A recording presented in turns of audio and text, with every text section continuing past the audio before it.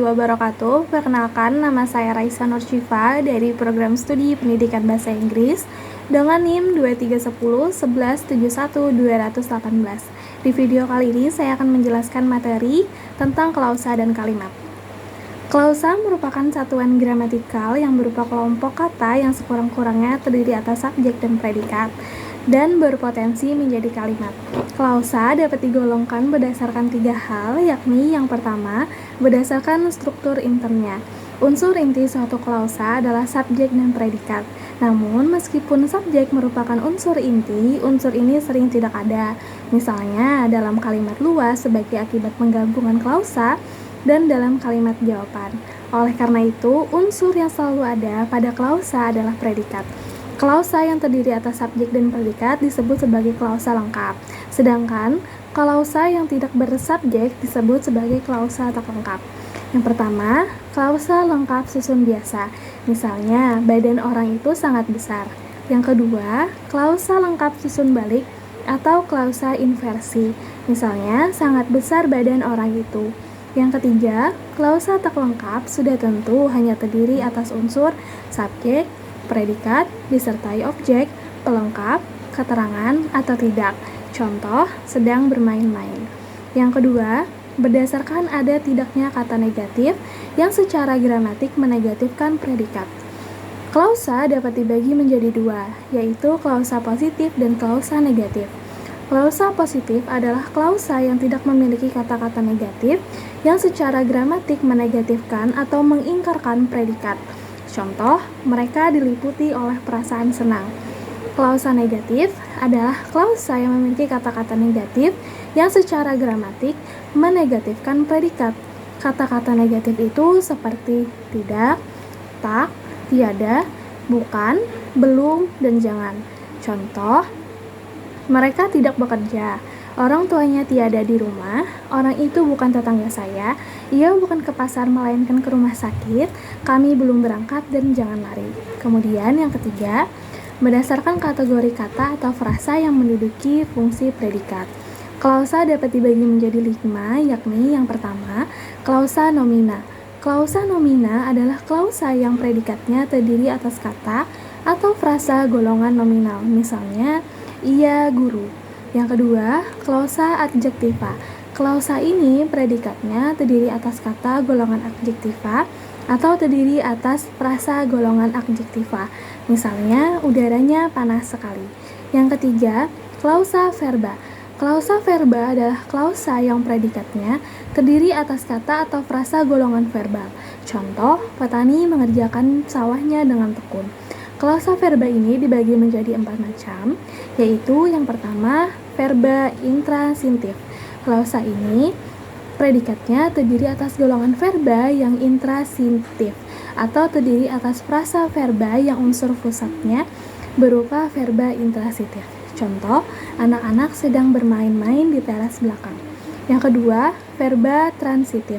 Klausa ini predikatnya terdiri atas frasa verba yang termasuk golongan verba transitif atau terdiri atas frasa verba yang unsur pusatnya berupa verba transitif.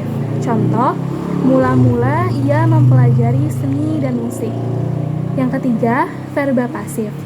Klausa ini predikatnya terdiri atas verbal yang termasuk golongan verba pasif atau terdiri atas frasa verba yang unsur pusatnya berupa verba pasif.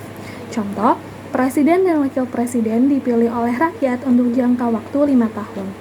Yang keempat, verba resiprok. Klausa ini predikatnya terdiri atas verba yang termasuk golongan verba resiprok, yakni verba yang berbentuk saling men, saling beran, dan saling men. Contoh, pemuda dan gadis itu saling berpandang-pandangan. Yang keempat, klausa numeralia. Klausa numeralia adalah klausa yang predikatnya terdiri atas frasa numeralia. Contoh, roda truk itu ada 6. Yang kelima, klausa preposisiona. Klausa preposisiona adalah klausa yang predikatnya terdiri atas frasa preposisiona, yakni frasa yang diawali oleh preposisi sebagai penanda. Contoh, pegawai itu ke kantor setiap hari. Sementara itu, Kalimat adalah satuan bahasa terkecil yang dapat mengungkapkan pikiran yang utuh atau setiap tuturan yang dapat mengungkapkan suatu informasi secara lengkap. Jika terdapat sebuah tuturan yang menginformasikan sesuatu, tetapi belum lengkap atau belum utuh, tuturan itu belum dapat disebut kalimat. Dipandang dari sudut logika, kalimat didefinisikan sebagai ujaran yang berisikan pikiran secara lengkap yang tersusun dari subjek dan predikat.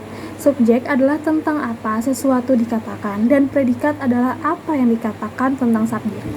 Yang perlu diperhatikan adalah bahwa istilah subjek dan predikat mengacu kepada fungsi, tidak kepada jenis kata. Yang pertama, pembentukan kalimat dibagi menjadi 3, yakni proses pembentukan kalimat berdasarkan bentuk sintaksis. Kalimat dapat dibedakan ke dalam 4 jenis, yakni kalimat berita atau kalimat deklaratif, contohnya, dia sahabat saya. Yang kedua, kalimat perintah atau kalimat imperatif mengatakan ujaran yang memerlukan reaksi orang lain, pembaca atau pendengar. Tanda seru dikaitkan dengan kadar suruhan yang tinggi, sedangkan tanda titik untuk kadar suruhan yang biasa atau rendah. Contohnya, tolong buka halaman 97 dan pergilah sekarang juga. Kalimat tanya atau interrogatif, kalimat tanya diakhiri dengan tanda tanya. Contohnya, siapakah yang baru datang? Yang keempat, kalimat seru atau ekslamatif tidak memerlukan reaksi, baik fisik maupun jawaban verbal orang lain. Kalimat ini ditandai oleh adanya kata-kata alangkah, betapa, atau bukan main. Contoh, alangkah cantiknya dia. Yang kedua, jumlah klausa. Kalimat dapat dibedakan ke dalam 2 jenis, yakni kalimat tunggal dan kalimat majemuk. Kalimat tunggal hanya terdiri atas 1 klausa, sedangkan kalimat majemuk terdiri atas 2 klausa atau lebih. Contoh, kakak belajar. Ini merupakan kalimat tunggal. Kakak belajar, adik bermain. Ini merupakan kalimat majemuk. Yang ketiga, cara pengungkapan. Kalimat dapat dibedakan ke dalam 2 jenis, yakni kalimat langsung dan kalimat tak langsung. Contoh, ibu berkata, saya nanti akan membayar rekening lebih dahulu di bank. Kalimat ini disebut kalimat langsung karena diapit oleh tanda petik 2. Kemudian, contoh yang kedua, ibu berkata bahwa dia nanti akan membayar rekening lebih dahulu di bank. Kalimat ini merupakan kalimat tak langsung. Yang kedua, fungsi kalimat. Dalam konstruksi, kalimat terdapat 5 unsur fungsi, yaitu subjek, predikat, objek, pelengkap, dan keterangan. Yang pertama, subjek adalah unsur pokok yang terdapat pada suatu kalimat di samping unsur predikat. Dengan kata lain, subjek merupakan elemen atau unsur kalimat yang menjadi pokok pembicaraan atau yang dijelaskan predikat.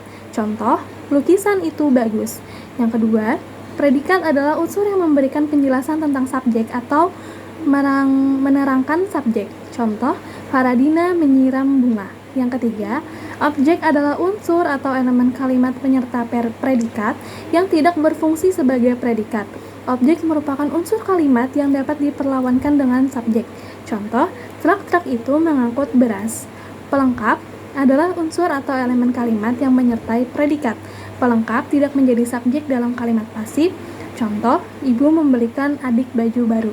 Yang kelima, keterangan merupakan unsur kalimat yang memberikan informasi lebih lanjut tentang sesuatu yang dinyatakan dalam kalimat. Misalnya, memberi informasi tentang tempat, waktu, cara, sebab, dan tujuan. Contoh, kemarin polisi menangkap pencuri. Hal ini memberi informasi tentang waktu. Yang kedua, di Surabaya polisi menangkap mahasiswa. Hal ini memberi informasi mengenai tempat. Yang ketiga, mereka belajar dengan alat peraga. Hal ini memberi informasi mengenai cara. Yang keempat, dia masuk jurusan bahasa Indonesia karena mendapat beasiswa. Hal ini memberi informasi mengenai sebab. Dan yang terakhir, kita perlu menemui dia agar masalah ini cepat selesai. Hal ini memberi informasi mengenai tujuan. Mungkin hanya itu materi yang dapat saya sampaikan. Saya ucapkan terima kasih banyak atas perhatiannya. Sekian dari saya. Wassalamualaikum warahmatullahi wabarakatuh.